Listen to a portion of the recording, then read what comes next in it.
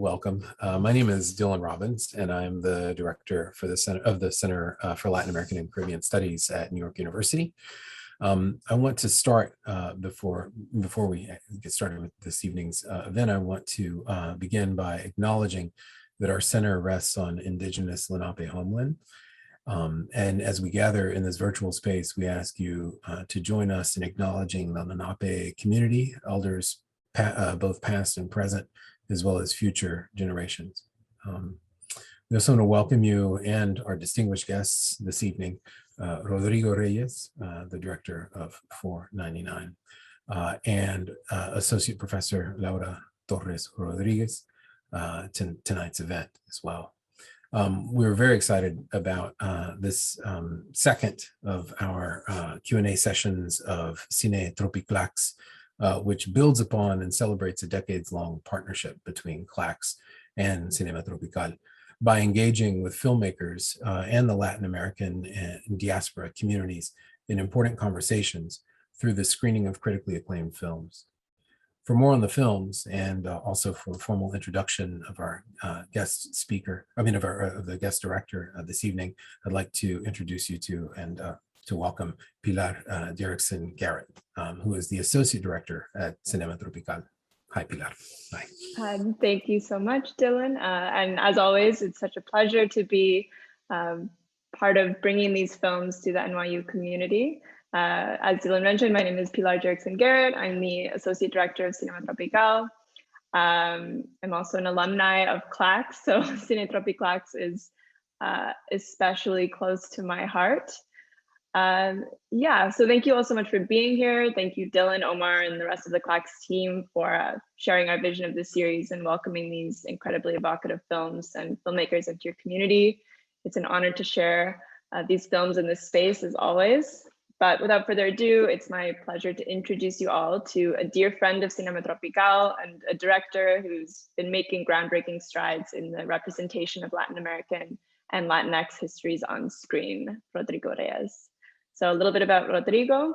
Rodrigo is a Mexican-born American director whose films include the documentary Purgatorio from 2013 and the dramatic narrative Lupe Under the Sun from 2016.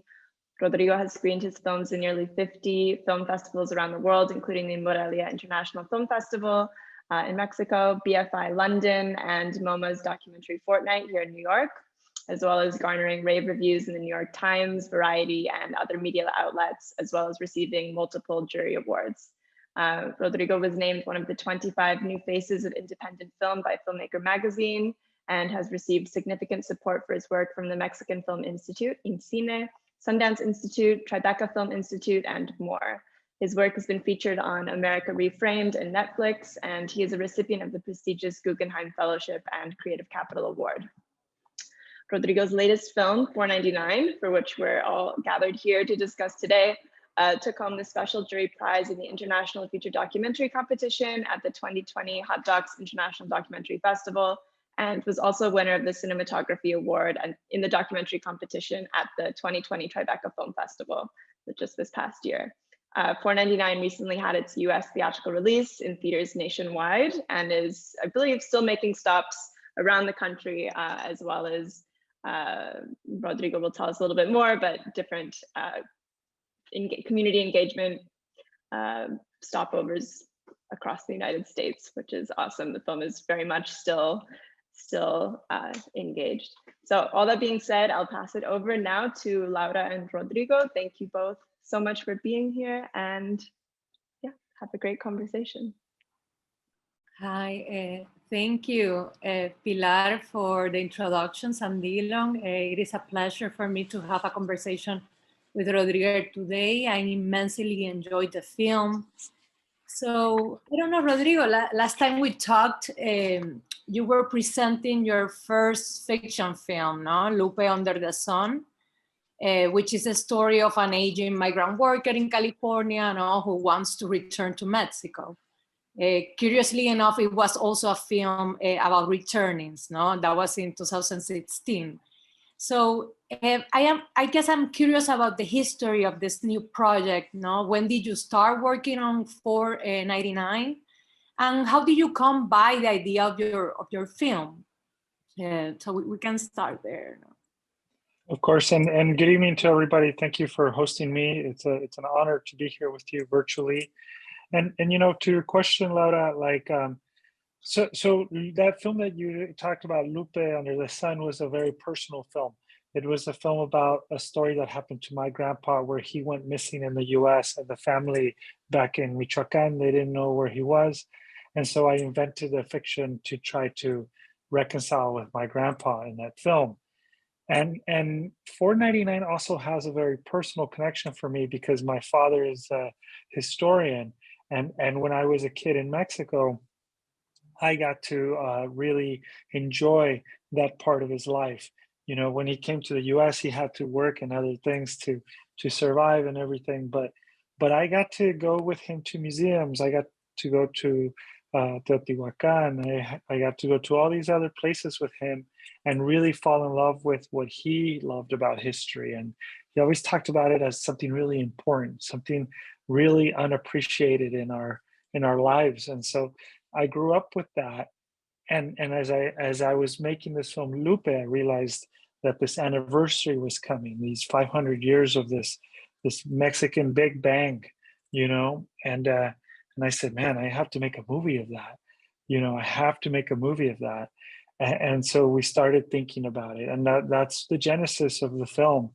At the beginning, you know, it was very different than where it arrived, but that spark came from just like the curiosity, right? Like, there's this anniversary that's coming. How do we use it to talk about something that is necessary or something interesting?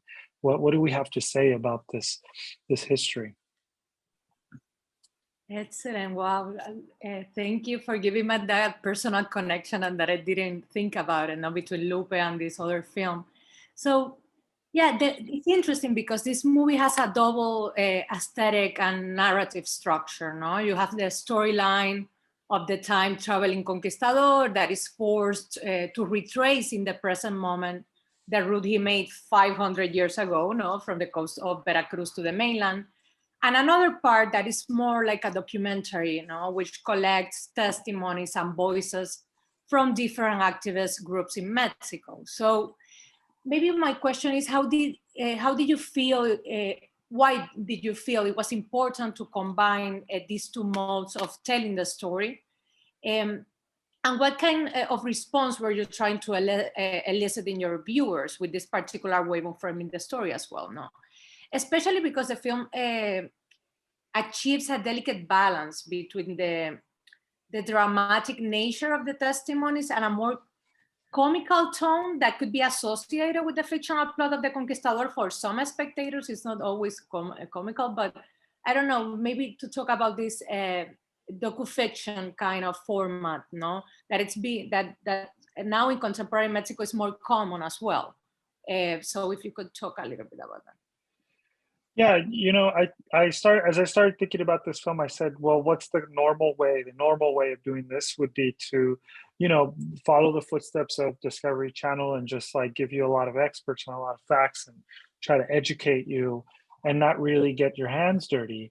But what is really interesting is that in the route of Cortés, you know, this path that the conquistador follows, that Cortés followed in real life with his allies and soldiers, there's so many things happening.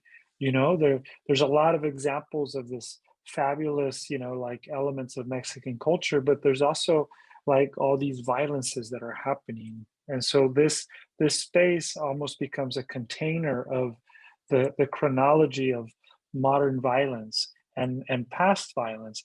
And when I realized that, I discovered something really that I couldn't let go. You know, I couldn't let go of this idea. It's like, wow, the violence of the past is underneath the violence of the present, and here's this road. And as I was thinking of what characters to bring, it seemed to me that the character that made sense was the conquistador, because if you just imagine the film without the conquistador, then you're not thinking about the conquest, you're thinking about today.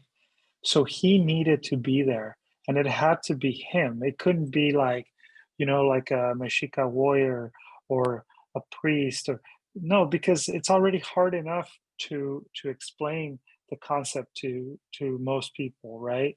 like I discovered that as I was making this film, like that very many people in Mexico and in the US and other places, they don't understand that history. They don't really know what happened in the history of this very important moment in the world. So I wanted it to be really simple and also focus on one character, one time traveler that was forced to, look at this violence that somehow is connected to the violence that he was a part of.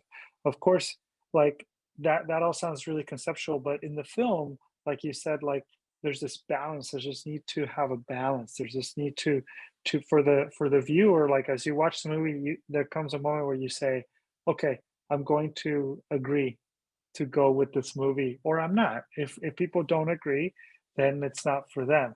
But the movie is asking you, hey, you need to agree that this is what's happening. This guy is going to be connected to real life, and you have to be okay with that. Otherwise, the film never works.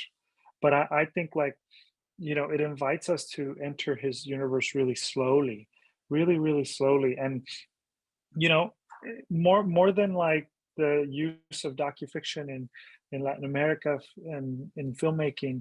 For me, it was just about like, if you follow the rules, sometimes that's another form of censorship, right? That's another form of silence, because a traditional documentary could never bring up these ideas, right? And so if you break some of the rules, even just, one person with a costume design, a great actor, like, and a script that, that all that is very low budget, but it breaks the way we see the world, and it helps us see something different.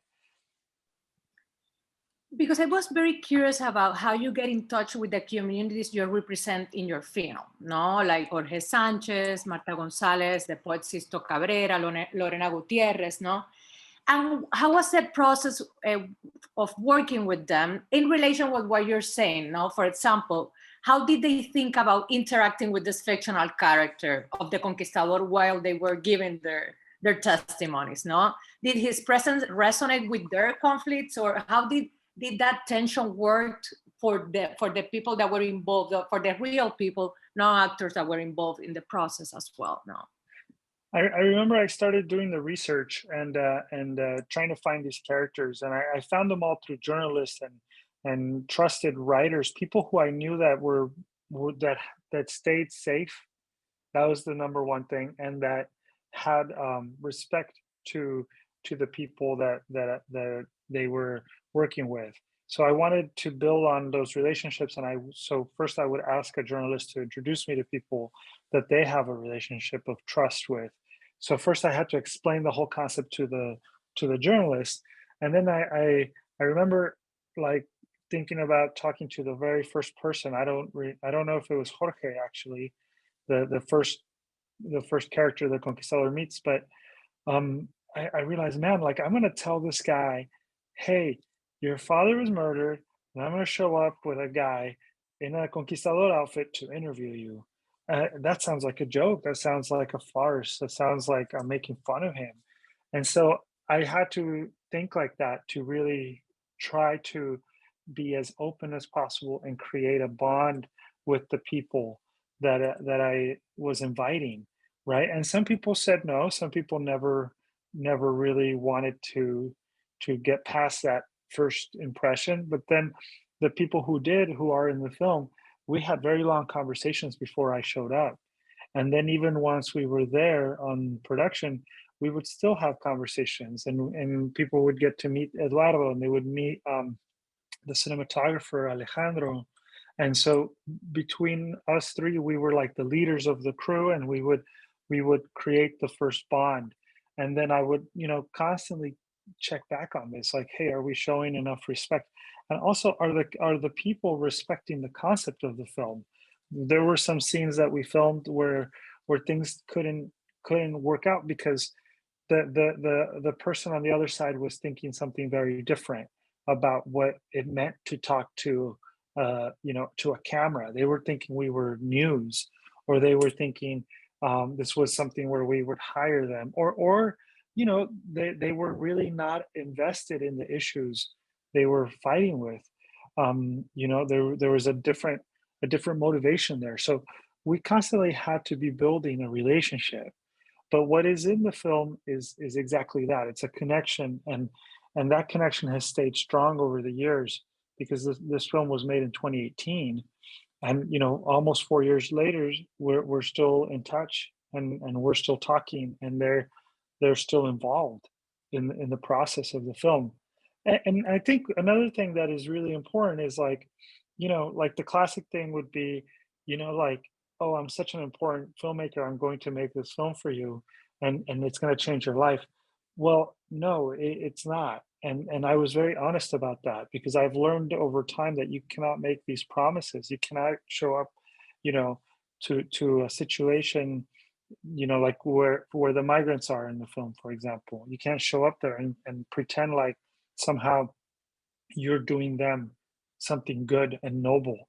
Like, you're there to create a narrative that respects their experience, but you don't really, you're not in charge of feeding them, of transporting them, giving them a cell phone. Like, there isn't it isn't a clean exchange. And so I was very clear about that, about not setting up expectations with people and saying, hey, you're going to get this and this and this from the film. And that was important. Yeah, actually, yeah, because I also, now that you talk about the camera, no, and how they react to the camera, etc., no, I have these questions about the focalization of the film, no, since the camera follows the route of the conquistador and is centered on his perspective, no, which make us wonder, no, about the colonial legacies, if you want, of the cinematic apparatus itself, no, especially in the light of the format and the cinematographic techniques that is used in the first part of the film, no, the way the camera works, no. So maybe I have a question more about what kind of discussions do you have with the cinematographer, no, with Alejandro Mejias, about this, about the ways of filming and the, yeah, and the history of how the history of cinema itself is represented in the film, no, in relation to this imperial kind of route. Well, history is always represented in this very wide screen, right? Even like the silent film Napoleon, like, Gans, the director, tried to do like 3 projectors at a time so that he could get the widest, original IMAX kind of perspective, because it's this idea of what's represented becomes true, in a very weird way. Like, that fictional representation is so comforting and so powerful, and we want to believe it because it builds this imagery in our mind. Like, so Hollywood has made so many films about history in this format, in this widescreen anamorphic gaze. And so what the cinematographer Alejandro proposed to me, he said, listen, like, if we want this guy who's, he's fake, to match with what's real, we need to create a visual universe where both sides have to enter, where reality feels a little more heightened and he feels a little more real. And so he had access to these lenses that are these old Japanese lenses from the 70s. And they were, you could tell the image is a little broken down. There's distortions, but it has this like wide, epic look. And that helped a lot to marry reality and fiction, and to also deconstruct this idea of like the epic gaze, like, it's not Spartacus, it's not Gladiator, it's not Dunkirk, it's 499, and this is the epic that exists in the world, like, I feel like in many ways, the film really just responds to the vibrations of this space, of this route of Cortés, like the landscapes, the contrast, and the there's so much joy and so much pain in the film, and so we needed to make it kind of intervene in this way of looking at history in cinema, because as you watch the film, you're very aware that there's a construction. And so you're like, man, like, I'm constructing this thing. I'm going in this construction, in this journey. It's not comforting. It's very, very discomforting, because you have to start putting the pieces together It's not just like a joyous kind of rhapsody journey. So something that was interesting for me and even uncanny, about the film is that the conquistador becomes a sort of mirror figure, for different contemporary, I'm going to call it necropolitical forces, from the Mexican state itself to the men that commit femicide in Mexico.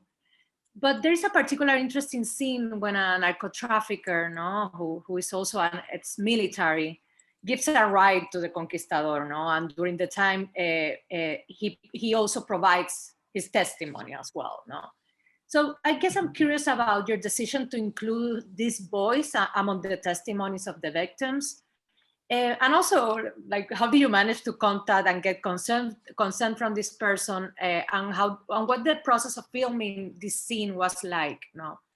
We talk a little bit about La Libertad del Diablo, that it's a documentary film that also interviews this people that it's involved in violence, and also they use these masks. But you use that your reference is a little bit different. So I was curious about this. Yeah, and we could start there. I really respect and love Everardo a lot.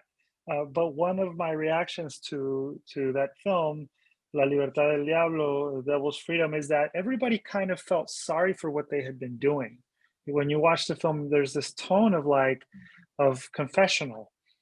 And I just really, maybe because of my own experience, because I've worked in court for a very long time. I've been a court interpreter, so I've met all sorts of people who are criminals, and there is such a thing as a criminal point of view. There's such a thing as like someone who just says, I am a criminal and I embrace that. And I wanted that in the film. I wanted someone who was going to put us in that moment, because that's how you feel when you don't have perspective, right?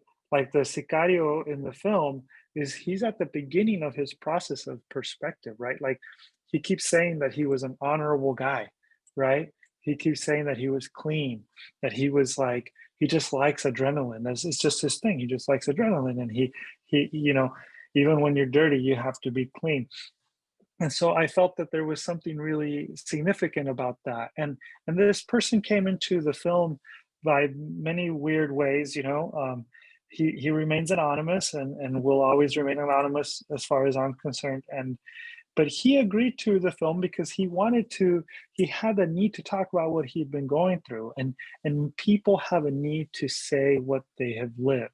People have a need to say their truth. And that's, something that's universal. I think in the US, maybe, we have a tendency to immediately think like, okay, how do I monetize this, right? Like you go around and people won't talk to you as freely. But I think in a context like Mexico, where there's so much censorship and so many stories that get forgotten, this guy was part of a system. He had something to tell. He had this trauma that he had to share.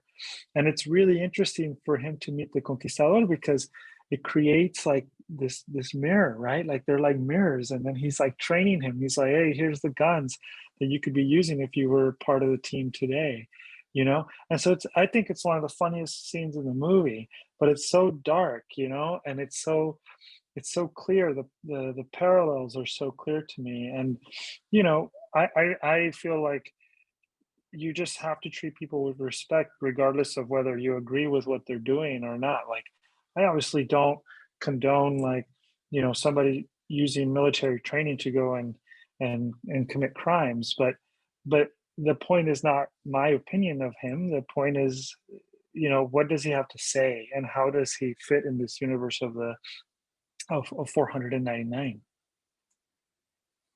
Did he see himself in the conquistador, or he didn't kind of have any reaction to that character? I didn't want to kind of like psychoanalyze him when he was there. I just let him and Eduardo, they were the ones who created the bond. Him and Eduardo, they were completely bonded. And Eduardo proposed to him, hey, why don't you show me the guns and we do this again? And he was so great at directing him. But that's the thing. It's like, I don't feel it's my place, because you know, in his testimony, he's revealing this deep truth about what happens when you're committing violence. There's this deep confusion, right? He's so confused. He's got so much trauma going on, and he doesn't show up at the beginning. He shows up almost at the end of the film. And for the Conquistador, it's a very different kind of encounter. If he had met him at the beginning, they'd probably just go and work together, you know? We were saying before the event that the film still seems to reference Baroque narrative tropes, no, and forms of visuality in different ways, no. For me, it was as the fictional character approaches to Mexico City, he progressively transformed into a Baroque beggar, a pilgrim, transforming in something else, no? But even the neo-realist form of film in Mexico City reminds me a bit of Baroque city of the Baroque city of the picaresque, no? So could you please maybe talk a little bit about the influence of colonial textualities in your film, but also of colonial visualities, no? I think it's a very interesting kind of atmosphere that is there. Yeah, to me, you know, I remember my cousin who does the voiceover. She told me early on, she was like, "Oh, you're making the Quixote. You're this guy's like Quixote, you know. He's a broken man full of broken dreams, and there's something about that. I always felt that the film was a pilgrimage. You know, he's going on a pilgrimage, so you have to follow the structure of the pilgrimage, where you learn something in every stop, right? It's like the Stations of the Cross, and so you know, I saw in him this idea of these heroes like from El Buscón or Lazarillo, like these guys who are like constantly falling and getting back up and falling and getting back up, and as they do that, they show us this society. You know, one filmmaker that I really admire is Luis Buñuel, and Buñuel worked in Mexico a lot, and he also had these weird, grotesque, you know, Baroque ways of looking at the world, and he would show all these. I thought a little bit of Los Olvidados too, no? Yeah, a little bit of Los Olvidados, maybe Nazarín, you know, like. But I always kept thinking about, like, you know, he's on a pilgrimage, he's on a journey. Something has to happen at each stage of the journey. It isn't a classic, you know, like romance or a different kind of story. It's an older story. It's almost even like a hero's journey in a way. But at the same time, the great problem that I had was like, man, like if you make someone the protagonist of a film, they're usually the good guy, and we identify with the protagonist. And so that has been a struggle, because I feel like the film resolved that, but I feel also you know, when I get pushback from some people and they say, well, how could you put him at the center? Like, we need to talk about the victims. Why are we listening to this guy? And so that's a struggle. And I think like it goes back to that idea of the pact at the beginning of the film. Like, are you going to shake hands with the movie and you're going to walk with it, or are you going to you know, jump off the train or whatever, or the boat, right? Like, you have to kind of accept that pact. And I think that's true for every work of art, and for the ones that we're talking about, like these literary references. Like, it's the same thing. Like, if you don't want to see El Buscón cheating everybody and lying, you know, throughout the whole story, that's what he is. He's a cheater and a liar, you know. Like, he's showing the dark side of society. He's not a role model, you know. But we're so used to seeing protagonists as heroes that you know, I have heard sometimes in conversations where people say, I just don't understand, like, why is he the hero of the movie? And I think that's why the picaresque is so amazing, because it's one of the first anti-heroes, you know, in literature. Yeah. Also, maybe if you can talk about other cinematic influences, no, in Mexico and outside of Mexico for this film. You mentioned Everardo González, but now also Buñuel. So maybe in terms of contemporary documentary filmmaking in Mexico, but also I thought about Aguirre, no, the Wrath of God. I thought about Cabeza de Vaca, de Nicolás Echeverría in Mexico, no. So maybe what yeah, I was curious about influences for this film. No? Yeah, I looked at all those movies. I looked at Aguirre, of course, like an amazing film by Herzog. And at some point I dreamed, Herzog's going to watch 499 and he's going to love it. I still haven't been able to make him watch it. The same thing with Cabeza de Vaca. It's a great film. And I read those books too, but I just, for me, it really wasn't so much about documentary, but about like this idea of a story that has no real fixed place in time. This idea that like this is kind of like a timeless story where like the past and the present and the future are constantly on screen.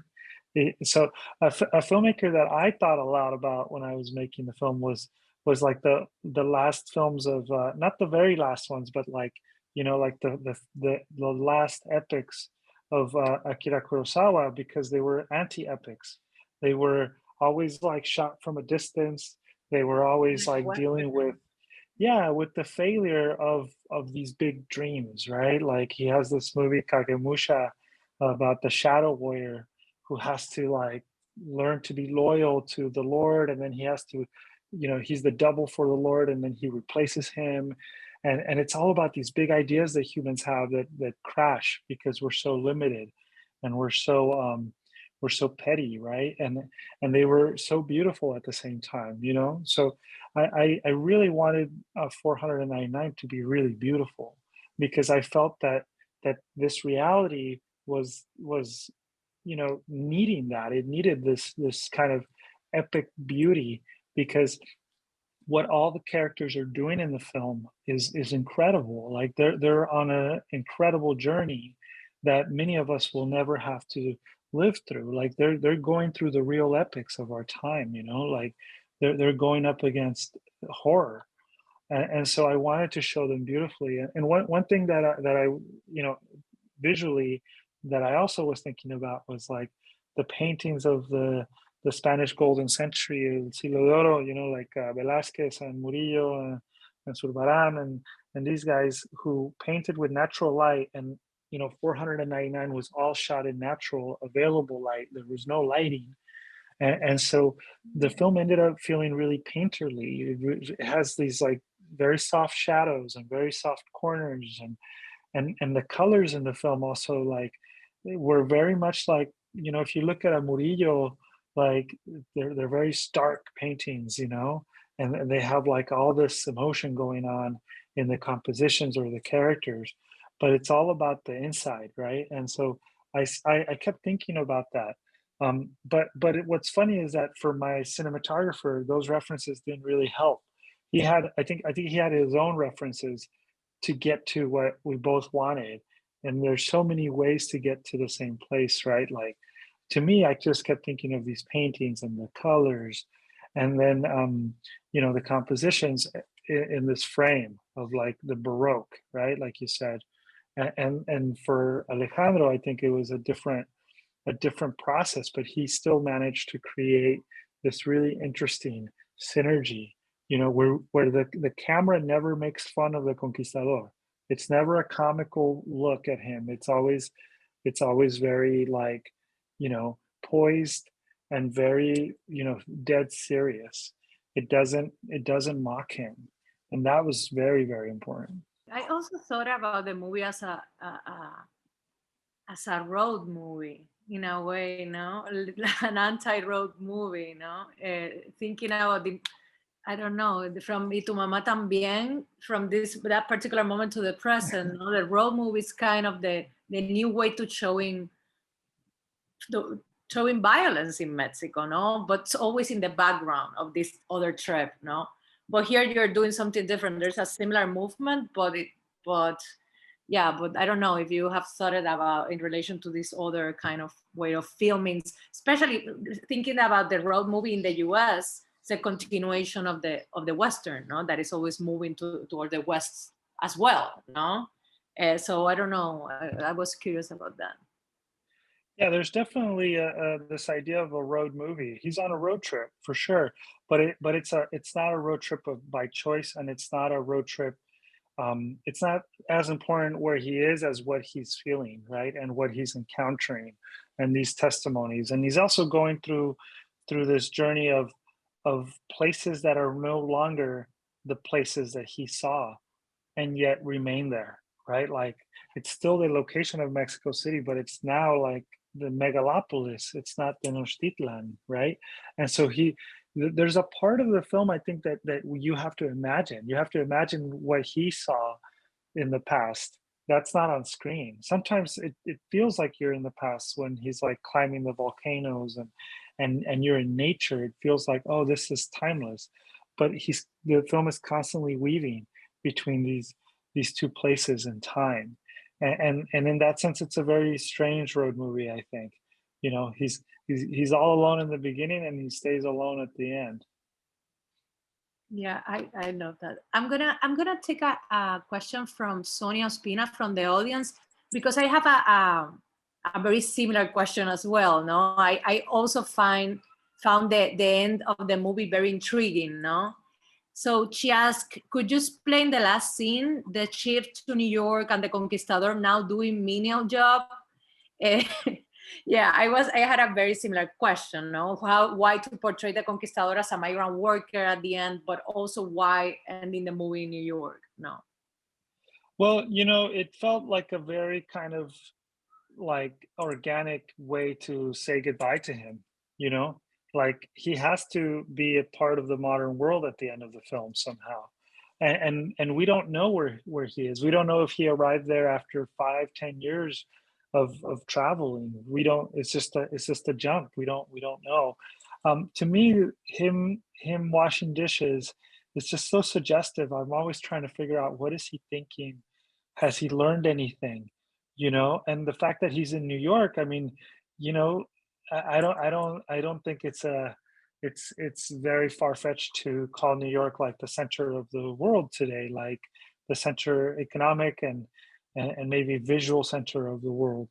And so in many ways it makes perfect sense for him to be there. You know, Tenochtitlan was the center of the Mesoamerican world. And you know, for a while Madrid was the center of Europe, you know, right at the time when he left Spain, right? Like there's all these constructions of a larger and larger and larger, you know, expansive, you know, global system. Because for, you know, like for everyone in the world, this moment in time is incredibly significant, right? This is the first time that we start to operate as a global species, right? Like obviously with some groups leading the way and controlling others, but it's a very significant moment in time, you know, that he was a part of. So I don't know if he understands any of that. I don't know what he's thinking, you know. Maybe he's just happy to be left alone, you know, that he doesn't have to keep listening to testimonies anymore. I want to go back to something that Pilar said at the beginning, no, about the impact your film had on the communities that it represents. No, did they get to see the film? No, how was it received by them? No, or what have been your experiences with your experience with these communities after the film came out, etc. No, that kind of yeah. Maybe I'm curious about their reaction on. Yeah, absolutely. So what happened was that this summer in August we went back to the route of Cortés, and we revisited with the actor, myself and the actor, and we screened the film for 2 weeks in all these different places, you know, bookstores, cultural homes, you know, dance halls, soccer fields. We were screening almost every day with the people, and we built the agenda with the people. So like we would do a talk, and like, you know, for instance, Jorge the journalist would say, oh well, I want to invite this and this and this people, and we want to talk about this. Oh hey, let's talk about that. You know, so we would do a talk about violence against journalism. And then we would do another talk with a government official who's in charge of, looking for disappeared people. And then we did a talk at the shelter. We screened the film at the migrant shelter, and that was amazing, because there was a lot of migrants there who got to watch it. Not the same ones, obviously, that were there when we made it, but the staff was the same. And we did a screen at the Commission for Human Rights in Mexico City with Lorena, with Fatima's mom, and we were able to give her that platform and let her kind of build an agenda around the film. And I think that was very significant, because it was this performance of what the film really means, and making this connection.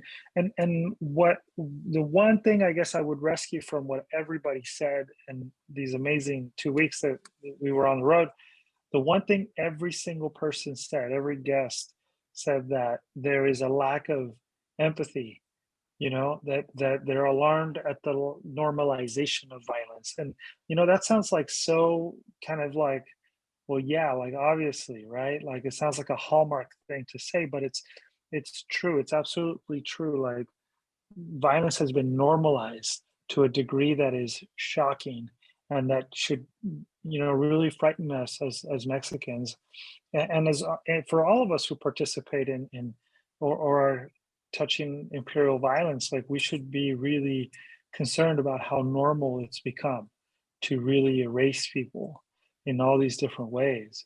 So the reaction was amazing, and I'm actually heading there on Saturday, to do the theatrical run in Mexico. So then it'll be in theaters, available to general audiences for a few weeks. And so we're excited about that too, and hoping to have a lot of interesting conversations with regular people around this idea of what does it mean to look back at this conquest 500 years later. Yeah, and I was wondering what has happened now with their causes, no, since the is there some changes to, for example, to Lorena's claim for justice, or for this for I this think that question gets to the heart of why the film, I think, really continues to have a strong relationship with the people, because they themselves are becoming, pressured by history. Like they're going further and further down the list. There's more people that are suffering violence that have joined their communities, and so they have this perspective of 5, sometimes 8 years of fighting for justice in their case. In the situation with Fatima, her mom finally was able to secure a sentence, a judgment against one of the one remaining victimizer who was the ringleader. And so she's very hopeful of that, but now she has to fight through the appeal, and she has to also fight for compensation, so that her and her family can be given compensation so that they can rebuild their lives, perhaps in Mexico, perhaps in another country. So their struggles are long and brutal. And in her case, she's very lucky compared to other mothers of feminicide victims who will never have justice, or have an even harder path to get some sense of justice. I think another interesting thing that happened was seeing how the characters in the film have become teachers of other people who are victims, right? Like they now look back at folks who are new to this experience, and they're teaching them how to fight, how to organize, how to dig for a body, and do it in a way that the district attorney will accept, right? Because you also have to basically act like a forensic scientist and do everything perfectly well for them to accept these objects or whatever they find as evidence. So they've become experts at pushing back and resisting, which I found really amazing. And that in many ways is where the real change is happening, right? Because they're not being heard, they're not being welcomed into like power in Mexico, but they are organizing and building their own power in their own communities. which I think is fascinating. And I think that gets at this change of consciousness that is so nebulous. Sometimes I've thought about Mexico and I said, man, I wish we were like Iraq or Afghanistan or somewhere where there's like the good guy and a bad guy, right? And like there's a clear line and the war is open and we know there's a war. But there's still so many people who live in my country who feel like there isn't a war. Like this doesn't affect them. This is only happening to other people, usually bad people. They don't realize the scale and the magnitude of the loss. It's on par with those other conflicts I just mentioned. It's completely on par. And the only problem is that it's so nebulous, right? It's caught up in this fog, kind of like history is. I guess I'm kind of curious about the process of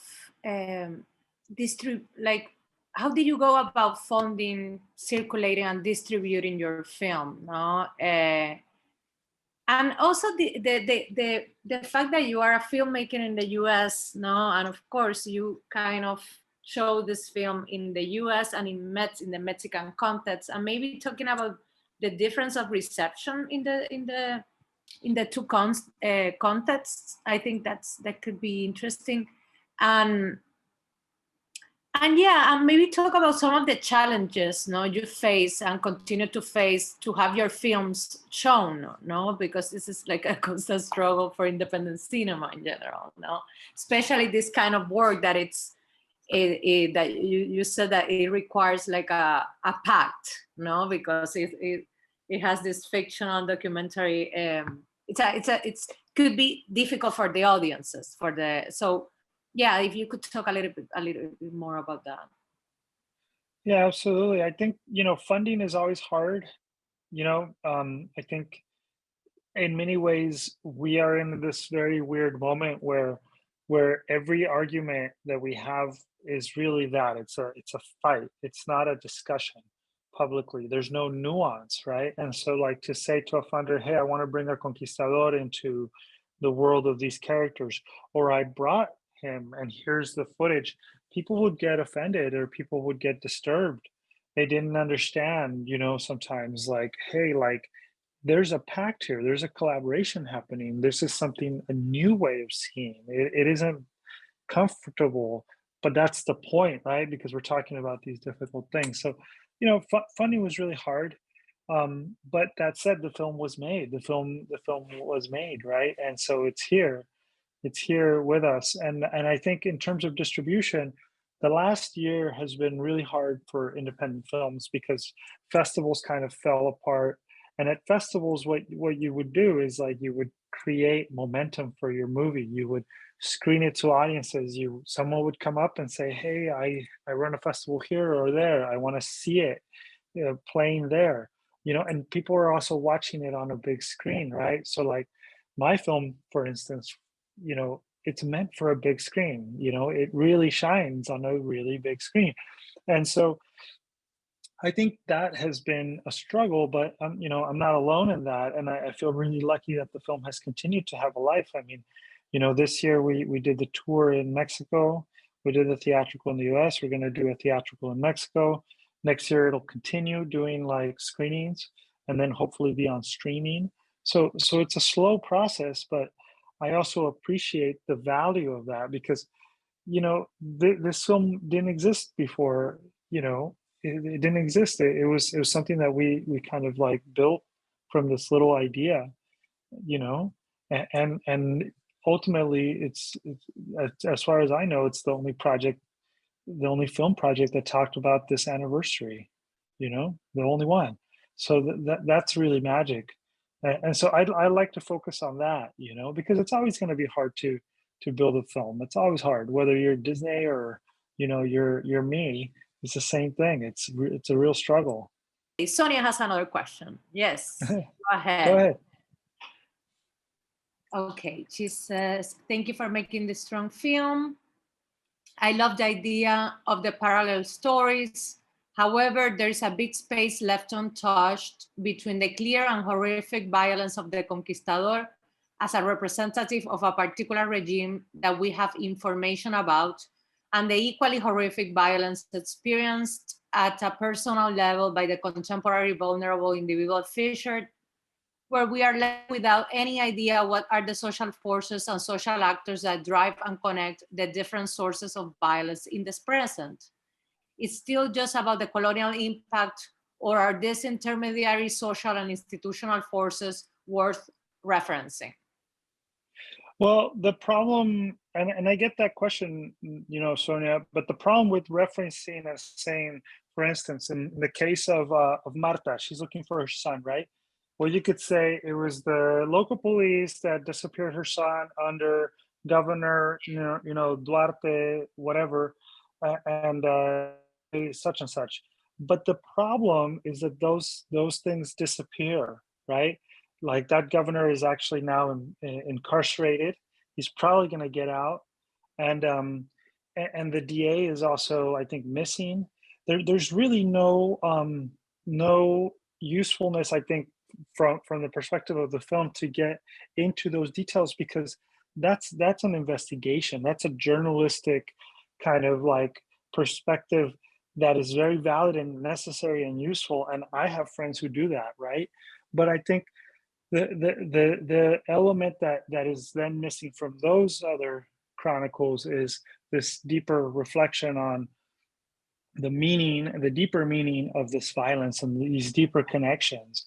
It also, frankly, puts me and the people in the film in danger if we are too specific in terms of like this with this person, or the sicario was part of this like military group, or even Lorena herself at the time couldn't say the names of the people who killed her daughter, because then she would be accused of destroying their due process. So I think for a film like this that takes so many years to make, I always try to like focus on these other perspectives, on bringing out things that are left unseen in those investigations. And I also don't have the infrastructure to support, going out and investigating and trying to challenge the government so directly, because so many violent things have happened against people who do that.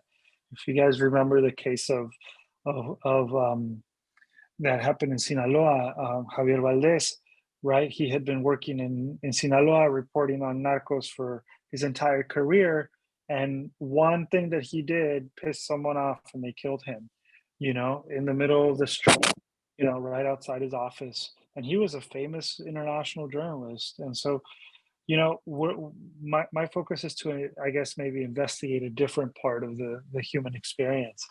At the same time, we do kind of know that the problem here is like the fact that violence is just pervasive and it's become a currency, right? We know that, and I think it's important to respect the pain of the people and to kind of celebrate them with the beauty of this film, and to celebrate and uplift their stories, the part of their stories that is universal to all of us. Yeah. Actually, Jorge Sanchez was related to Ruben Espinosa, no? To the case of Ruben Espinosa as well. He was friends with Ruben. So Ruben Espinosa was a journalist, also famous, who was murdered in Mexico City in this very, just this incredible montage where they murdered him and they murdered several women and they besmirched his character. But Ruben was alive when they killed Jorge's father, and he was protesting the kidnapping and murder of Jorge's father. And then months later, Jorge has to take to the streets to protest the murder of his friend Ruben. And so that's what I mean. Like these characters, these people have like they have an understanding of the historicity, like of this continuum of violence. They understand it, and so it wasn't so complicated to pitch them the conquistador, because they know that at the end of that line is the conquistador, and they know that nobody has listened throughout that whole line. Nobody has actually listened to the victims, right? Even today, if the Mexican president were to say, hey, tomorrow or next week, I'm going to dedicate it to listening to the victims of feminicide. And they're going to come to the palace and they're going to have this forum, of cameras, and they're going to be taking over my morning announcements for a week so they could talk about what they're going through. The politics of it don't allow it, but our whole understanding of the issue would change as a country, right? If they were given that attention. So I think that's the key right there. The conquistador is part of this structure of power. Yeah, Sonia says, thanks, very helpful answer. And I have one last question. No, I think we have no more, we have like 2 minutes. But I think it's a very important question and I want to include it. It's from Rene Uribe and it says, I loved the movie. I really appreciate your getting a Pueblo Originario as part of the movie. You brought up specific aspects of their community and language. What could you say from your perspective was the most important aspect that the conquistador discovered at that stop? And it's on the encounter with the poet Sixto Cabrera, right? I think that's and Rene, in that scene, Sixto was the one who said to me, listen, I'm not doing an interview. I respect that, but I have nothing to say in an interview. I want to speak in poetry. So that wasn't necessarily my idea. I knew he was a poet. I wanted to feature his poetry. But in his case, he was very clear that we weren't going to do an interview. And I think that's amazing because it shows that he has a perspective on the story and he's sharing it with us.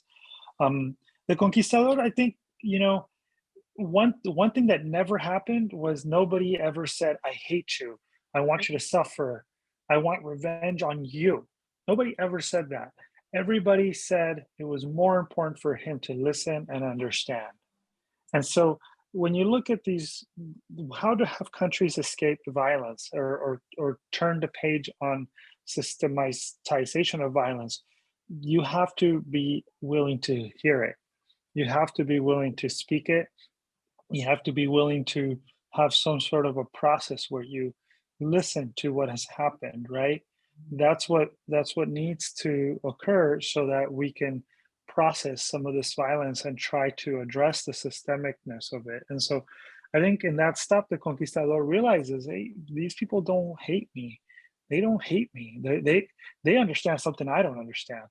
I think he gets a hint of that, right? Because the poet said, oh yeah, like he has to keep going.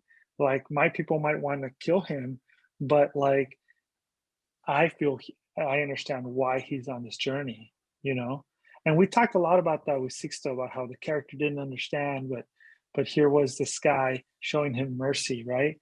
But it's a mercy for a reason, right? Like it's mercy to keep going on this journey. And then after that, he meets the migrants, and then he meets the sicario. And so there's so many things that he has to still see, right?